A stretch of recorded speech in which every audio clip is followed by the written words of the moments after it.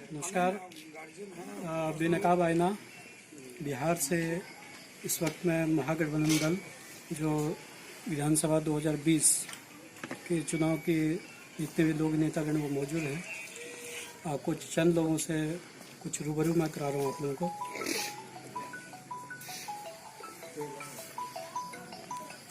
हम के लिए हमारा नंबर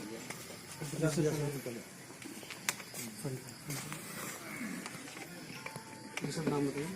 ओम प्रकाश नारायण, सीपीआई राज्य सचिव मंडल सदस्य। सर, जिस तरह से ये जो चुनाव हुआ विधानसभा 2020, कहा जा रहा है कि जो महागठबंधन दल के जितने भी नेतागण थे जो उनको कड़ी मेहनत करनी चाहिए थी वो नहीं कर पाए, जिस वजह से जो इस बार जो महागठबंधन दल का जो एक तरह से प्रदर्शन रहा इस चुनाव में, उस तरीके से जो लोगों को एक यानी मनसा थी लोगों की कि इस तरीके से होना चाहिए। देखिए, इस बार महागठबंधन का स्वरूप बहुत बढ़िया था।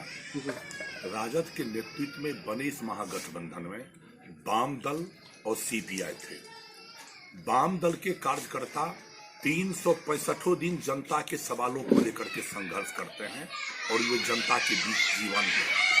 इस बार महागठबंधन के नेतृत्व में बदलाव का एक तूफान और एक बयार बह रहा था। वो था जो रिजल्ट में भी दिखा, लेकिन कुछ सीटों पर जो चुनाव में घपले हुए, कम वोटों से जो उम्मीदवार जीता दिया गया, हमारे उम्मीदवार को हरा दिया गया, जिसके चलते ये है।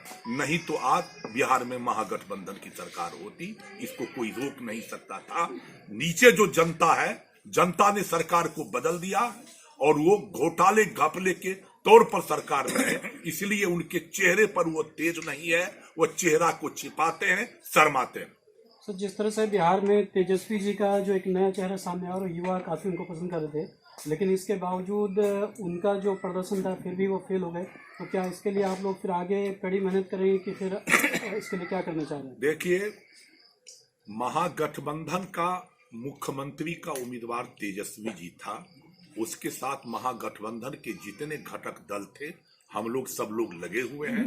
और आज आप देख रहे हैं कि हम लोग बैरों में एक सभा थी, हमारे भगवंत प्रसाद मुकुंद के शहादत दिवस के अवसर पर यहाँ हम आए हैं। हम लोगों के कार्यकर्ता जनता के बीच में हैं। जहां कुछ गड़बड़ियां हैं, जहां कमियां हैं, उसको हम जनता को जागृत कर रहे हैं। और फिर उसके जो वो सवाल हैं, हम लोगों का तो था कि 10 लाख लोगों को पहले 10 खत पर नौकरी देंगे, और उनके कहा था बीजेपी वालों ने हम 19 लाख देंगे। अब तो हम ये मांग करेंगे कि 19 लाख नौकरी दो, और नहीं तो फिर वो 2 करोड़ नौकरी प्रति वर्ष देंगे। उसी के तरह अगर ये जुमला होगा तो जनता को सड़क पर उतार कर न सदन चलने देंगे, न सड़क पर ये एनडीए गठबंधन को सांस लेने देंगे। हम लोग इस पर प्लानिंग बना रहे हैं, सबको मिलकर लड़ेंगे। सर, विपक्ष में जिस तरह से जो विपक्ष मजबूत बन के आई है, तो आप लोगों की जो पक्ष फंड से क्या बात करेंगे आप लोग, किस तरह से जनता को आप लोग जो है मदद दिलाएंगे? हम लोग जिस तरह साझा चुनाव लड़े थे, साझा गठबंधन बनाकर जनता के बीच में जाएंगे और साझा संघर्ष करेंगे, साझी लड़ाई लड़ेंगे। सर, जिस तरह से विधानसभा चुनाव जो अभी फिर बंगाल में होने जा रहा है और एएमआई ने जो ममता बनर्जी से गठबंधन कर लिया, तो क्या आप लोग भी वहां पर गठबंधन करने जा रहे हैं? देखिए, हम लोग सीधा सा है कि वहां पर भारतीय जनता पार्टी को रोकने के लिए सेकुलर वोटों का डिवीजन नहीं हो, इस पर हमारा एक प्रयास होगा।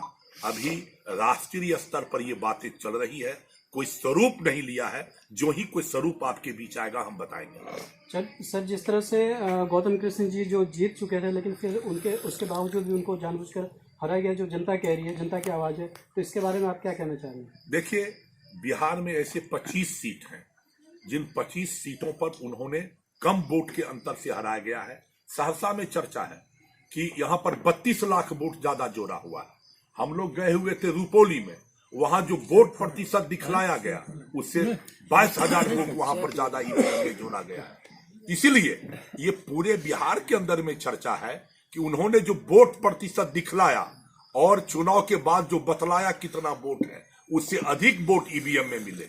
इसलिए ईवीएम के प्रति आम लोगों का विश्वास नहीं है और ये घोटाले हैं। जनता को चुनाव आयोग पर से विश्वास उठ गया है और इसके लिए भी एक संघर्ष करना पड़ेगा। और जब ये निर्वाचन आयोग की जवाबदेही है कि जनता के बीच अपनी विश्वसनीयता कायम करे जो उन्होंने खो दिया है। सर, जिस तरह से महागठबंधन दल के तरफ से जो कांग्रेस के प्रत्याशी सुपौल के मिन्नत रहमानी जी थे जो हार चुके हैं, जनता का कहना है कि वो लोगों के बीच में नहीं पहुंच सके और कुछ जनता उनको नहीं जान पा रही थी, तो क्या अगले चुनाव में जो 2025 में होने जा रहा है तो उसमें क्या आप लोग उसी तौर पर प्रत्याशी मानेंगे उनको? देखिए, अब सवाल ये है कि जब वो फिर 25 का चुनाव आएगा तो कौन उम्मीदवार होगा, इसको अभी से कहना ये उचित नहीं है।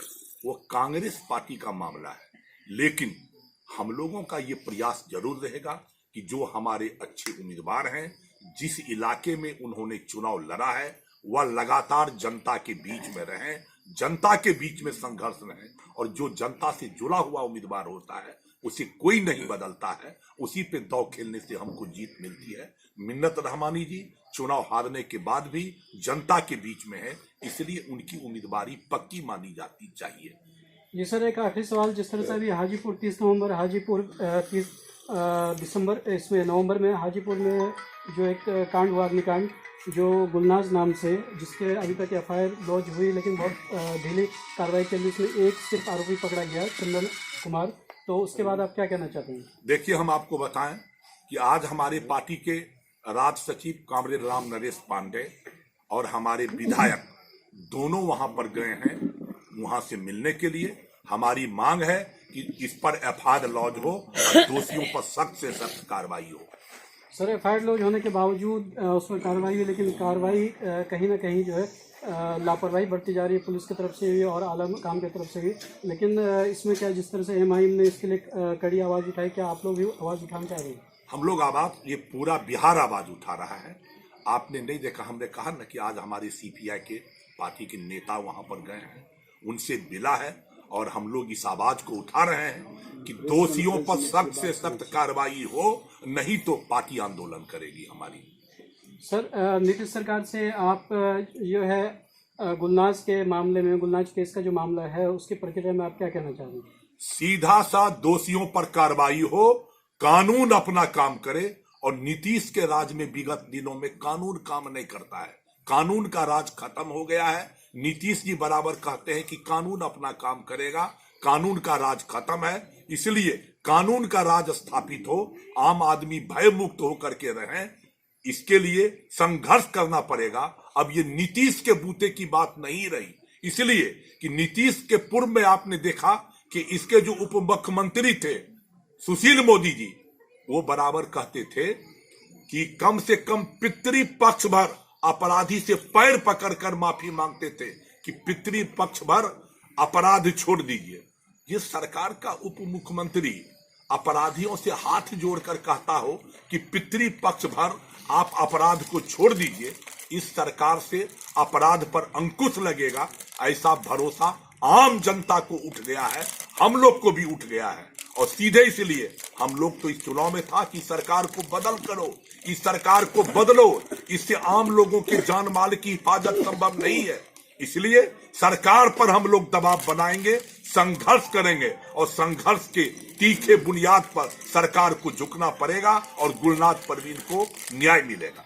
सर, जिस तरह से आप लोगों का महागठबंधन दल इस जो 2020 विधानसभा चुनाव में काफ़ी कड़ी मेहनत किया, क्या ये अंदाजा लगाया जा सकता है कि जो अगला चुनाव 2024 में लोकसभा का होने जा रहा है उसमें भी आप लोग इसी तरह से मिलकर काम करेंगे? देखिए, तूफान आने से पहले तिनके नजर आते हैं, तिनके भयंकर तूफान का सूचक होता है।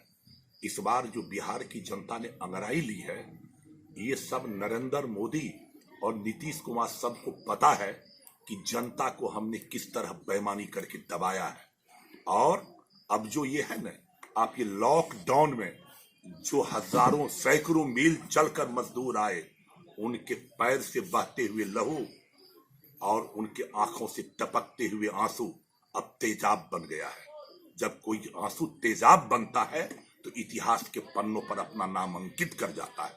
आज जो जनता के बीच बौखलाहट है, इनके जनादेश को जिस तरह से दबाया जा रहा है, ये जनादेश बारूद का रूप ले रहा है और ये आने वाला तूफान आने वाले दिनों में 2024 में नरेंद्र मोदी की सरकार को उठा के बंगाल की खाड़ी में फेंक देगा और उसकी जगह पर एक वाम जनवादी धर्मनिरपेक्ष सरकार बनेगा और ऐसे कुकर्मी सरकार दिल्ली में की गद्दी पर नहीं आएगा। ये संकल्प बिहार दोहराएगा और ये तूफान बिहार से उठने वाला है, जो उठ चुका है। जी, अभी आप रूबरू जो बेनका वायना के जो प्रोग्राम रूबरू है उसके जरिए हम आपको महागठबंधन दल के नेता ओम प्रकाश जी से रूबरू करा रहे थे और उन्होंने अपनी प्रक्रिया बखूबी दी और ये आगे की तैयारी कर रहे हैं लोग। अब आगे मैं आप लोगों को फिर किसी नेता से दोबारा रूबरू कराऊंगा और आगे की प्रक्रिया देखते हैं कि लोकसभा 2024 में की क्या तैयारी चलती है इनकी। धन्यवाद। चलिए, हो गया। नहीं